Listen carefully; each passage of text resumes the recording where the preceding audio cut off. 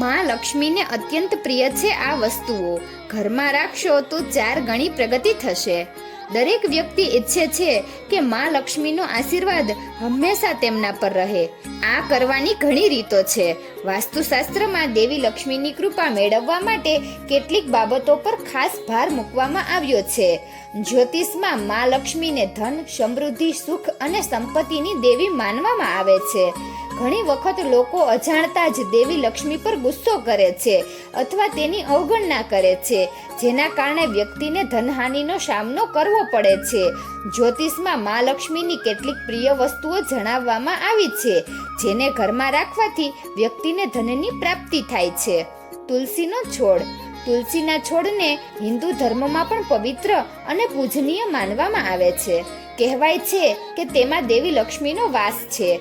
આવી સ્થિતિમાં તુલસીના છોડની નિયમિત પૂજા કરવાથી ઘરમાં સકારાત્મકતા આવે છે અને દેવી લક્ષ્મીનો કાયમી વાસ બને છે. પરિવારના સભ્યોની તરક્કી થાય છે. કમળના ફૂલો. ધાર્મિક ગ્રંથોમાં કહેવામાં આવ્યું છે કે કમળના ફૂલોમાં દેવી લક્ષ્મીનો વાસ છે. માતા લક્ષ્મીનો વાસ કમળ પર જ હોય છે. આવી સ્થિતિમાં શુક્રવારે દેવી લક્ષ્મીને કમળનું ફૂલ અર્પણ કરવું જોઈએ. તેનાથી તે ઝડપથી પ્રસન્ન થાય છે અને ભક્તો પર આશીર્વાદ વર્ષાવે છે.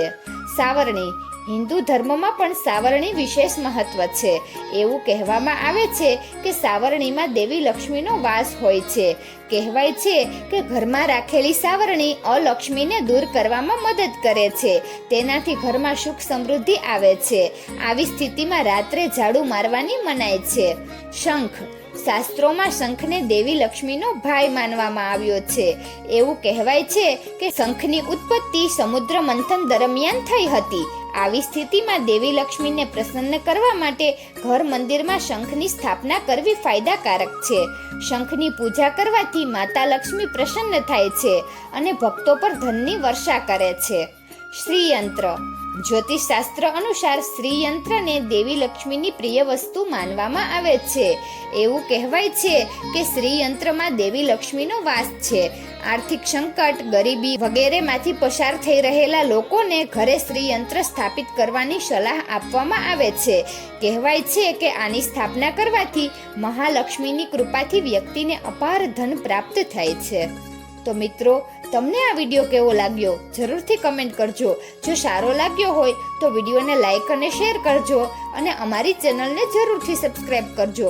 વિડીયો અંત સુધી જોવા બદલ ખૂબ ખૂબ આભાર.